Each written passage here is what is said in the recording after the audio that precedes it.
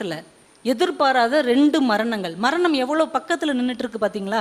இதை புரிந்து கொள்ளாமல் இது உன்னோடது, இது என்னோடது, நான் உன் கூட பேச மாட்டேன், உன் மூஞ்சிலேயே முழிக்க மாட்டேன், சாகிற வரைக்கும் உன்னை பார்க்க மாட்டேன்னு எத்தனை உறவுகளோடு எத்தனை நண்பர்களோடு சண்டை போட்டு கொண்டிருக்கிறோம்.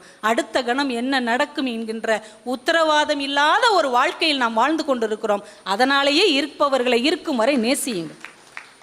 ரொம்ப கஷ்டமாயிரு. இந்த வாழ்க்கையை சந்தோஷமாக பார்க்குறதுக்கு பெரிய விஷயமே தேவையில்லை. நீங்கள் செஸ் போர்டு விளையாடுற போது பார்த்துருக்கீங்களா?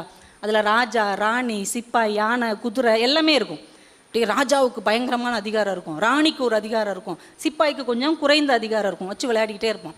விளையாடி முடித்த உடனே எல்லா காய்களையும் ஒரே டப்பாவில் தான் போடுவாங்க. ராஜாவுக்கு ஒரு டப்பா, ராணிக்கு ஒரு டப்பா, சிப்பாய்க்கு ஒரு டப்பான்னு கிடையாது. வாழ்க்கை இருக்கிற வரைக்கும் நீங்கள் ஒரு பேர், நான் ஒரு பேர். இறந்து விட்டால் எல்லோரும் ஒரே நிலைக்குத்தான் போக போகிறோம் என்பதை புரிந்து கொண்டால் இந்த வாழ்க்கை ரொம்ப அருமையாக இருக்கும். வாலி